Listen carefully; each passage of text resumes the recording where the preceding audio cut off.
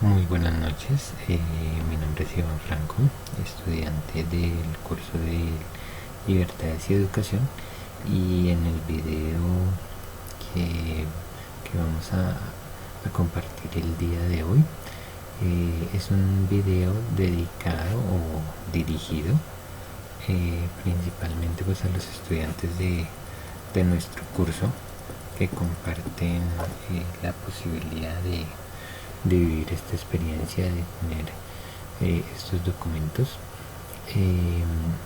La temática que se va a tocar sobre en este video son las reformas a la educación colombiana y el acondicionamiento y el condicionamiento de organismos internacionales.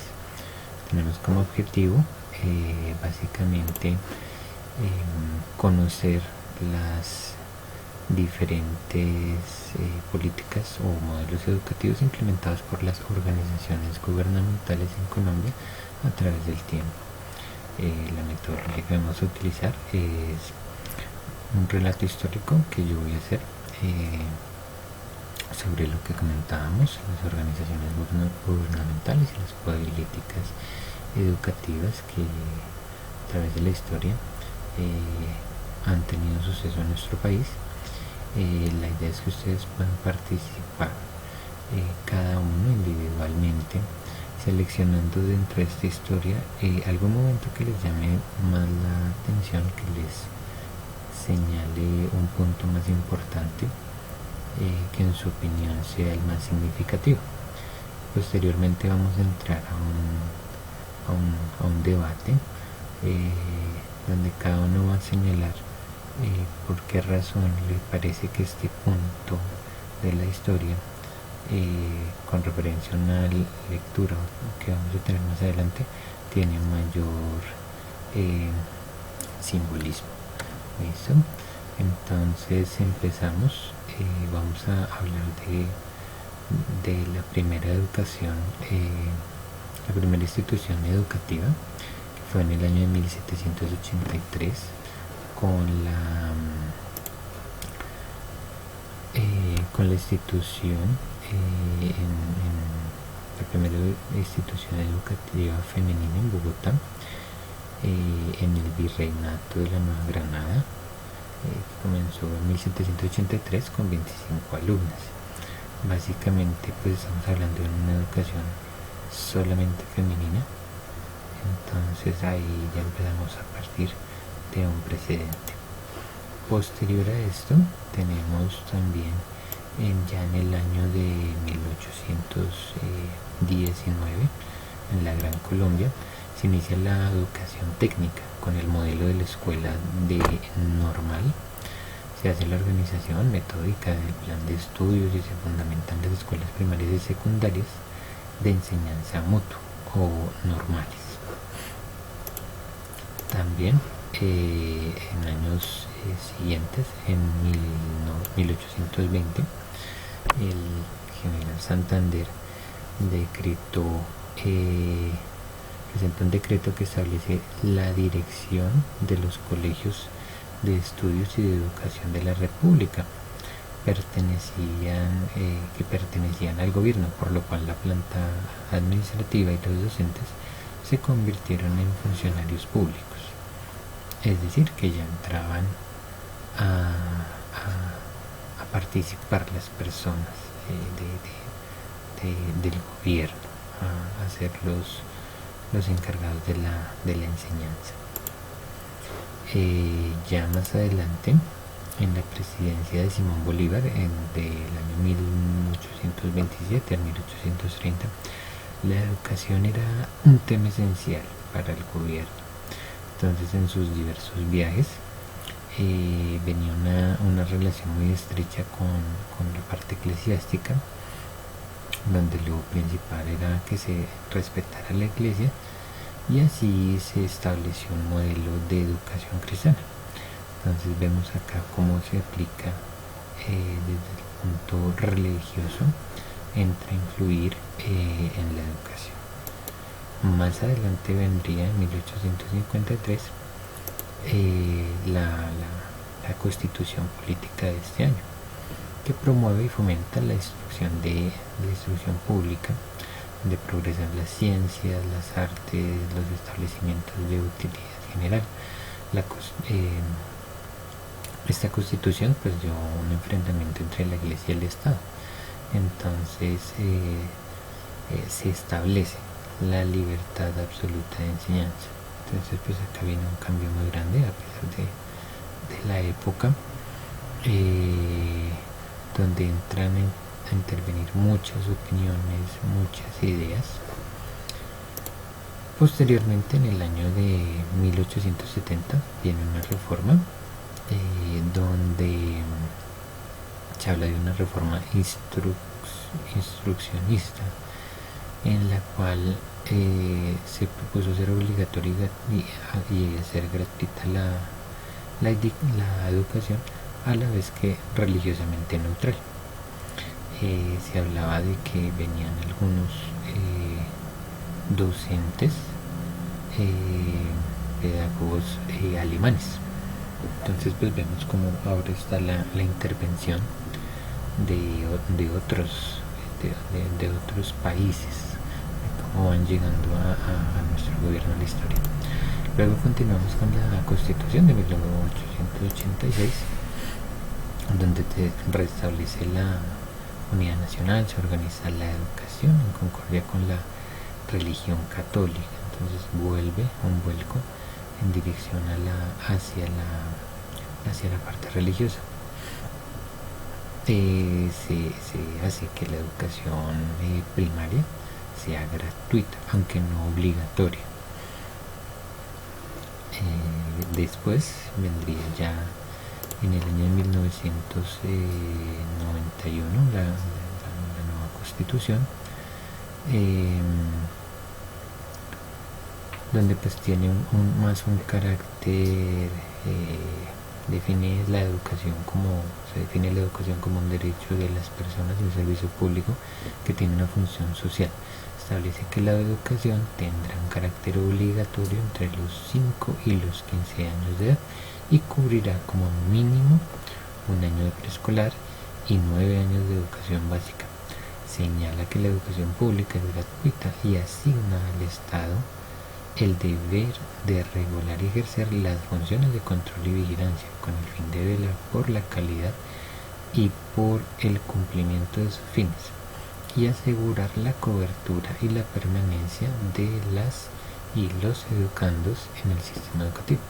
Entonces pues ya vemos una política clara, mucho más incluyente, mucho más direccionada en esta época. Posteriormente, en el año 1992 existe la Ley 30. Por medio de esta ley, el Estado organiza el servicio público de la educación superior, garantizando la autonomía universitaria, la financiación para la prestación del servicio educativo. La ley establece mecanismos de regulación, control y vigilancia dirigidos pues a garantizar la calidad de servicio. Entonces aquí ya vemos cómo se involucra la educación superior, cómo ellos entran a ser una parte importante y que, como es bien conocido, son ellos los que han hecho durante las últimas décadas una voz de defensa en contra de las diferentes particularidades que presentan las políticas educativas. Continuamos en el año del 2001, la ley 715, que establece las normas orgánicas en materia de las competencias entre la nación y las entidades territoriales y distribución de los recursos de la educación. Esta reforma busca fortalecer la descentralización de los servicios sociales e incrementar los recursos para la educación. Desarrolla aspectos que tienen que ver con la eficiencia, cobertura y calidad. Entonces pues estamos hablando de abarcar un poco más sectores, más departamentos, de ampliar esta educación. Luego vamos a continuar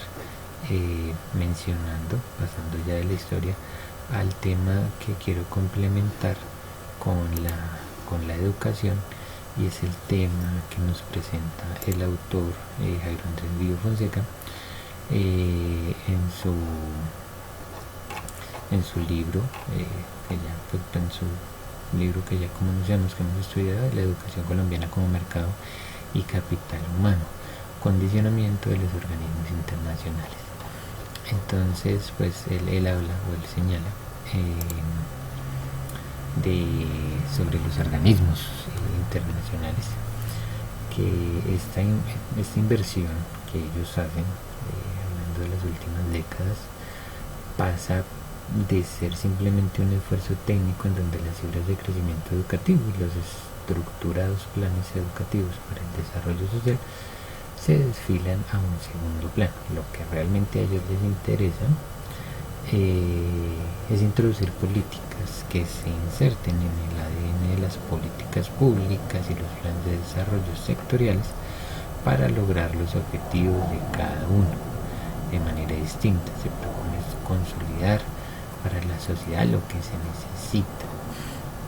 Entonces pues esta es la parte donde debemos debatir en cómo a través de los tiempos los diferentes eventos en nuestra historia han marcado a cada uno de ustedes, donde puedan señalar cuál es el más interesante, cuál es el más importante. Entonces el autor Jairo Guío menciona también, concluyendo en su documento, que sin duda el apoyo que ofrecen los organismos internacionales es de gran importancia en sus diferentes niveles, político, técnico, financiero, es decir, todos los aportes que pueden llegar a tantas partes necesitadas que requieren de apoyo, de la solidaridad. Entonces en esa parte eso es muy clave. Pero ¿qué es lo que pasa con la mayoría de los lineamientos que son acogidos? No aciertan con las realidades existentes en Colombia, y lo que hacen es alejarnos del proceso educativo.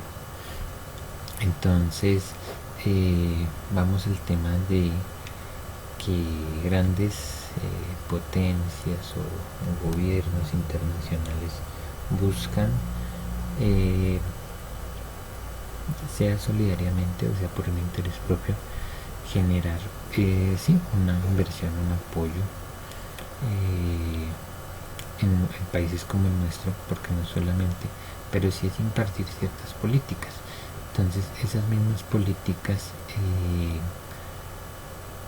nos hacen tratar de llegar a ser como ellos, nos buscan acercar a las metodologías, a las políticas de su gobierno, y pues esto no es así, porque claramente somos países distintos, somos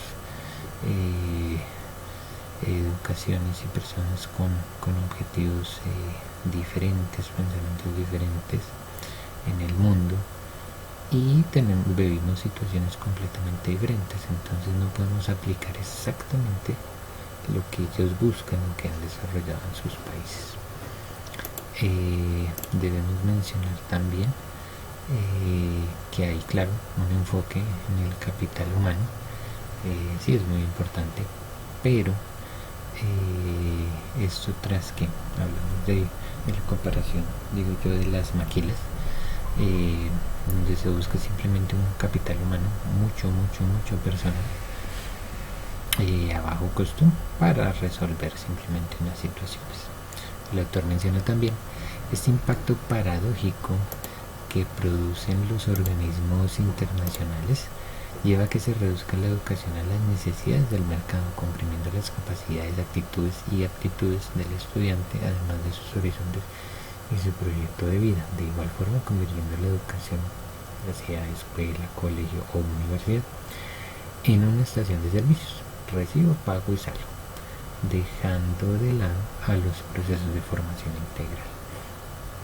Entonces muchos estudiantes entran hoy básicamente por un título. Las entidades, no solamente siguiendo las políticas gubernamentales, vienen a presentar sus sus carreras, sus opciones de estudio, cobran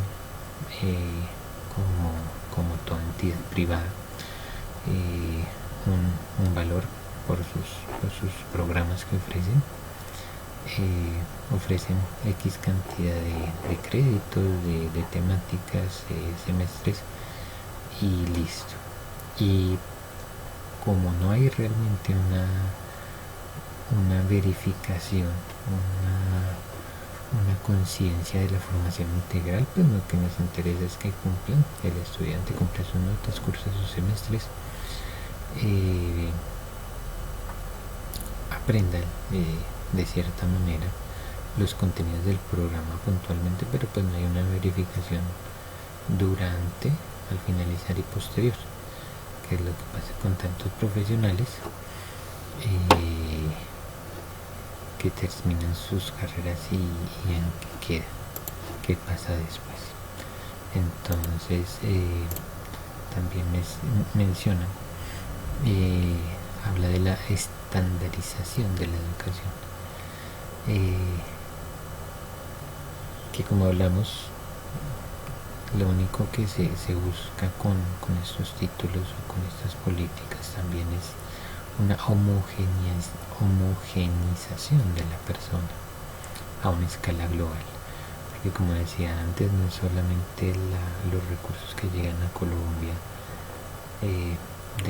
digámoslo así, puede ser Estados Unidos, que llegan también a Perú, que llegan a Bolivia, que llegan al Ecuador, que llegan a diferentes países necesitados, donde aceptan su ayuda,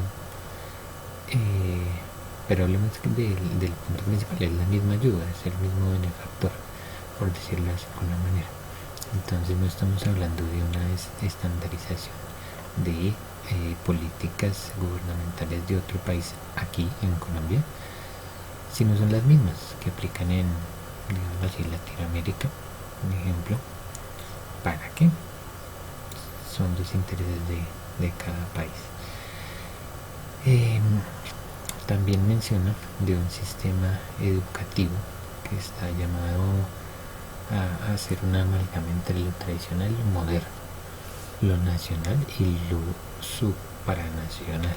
Es decir, no nos podemos quedar con lo que nos viene a imponer, no solamente con la tecnología y con todos los cambios modernos que hay hoy en día, y apuntarle solamente a eso, a las ciencias de la tecnología, de la informática, sino debemos reconocer los recursos, lo que tiene nuestro país, las bases, lo importante, el campo, por ejemplo, donde podemos aplicar tanto y no dejarlo a un lado.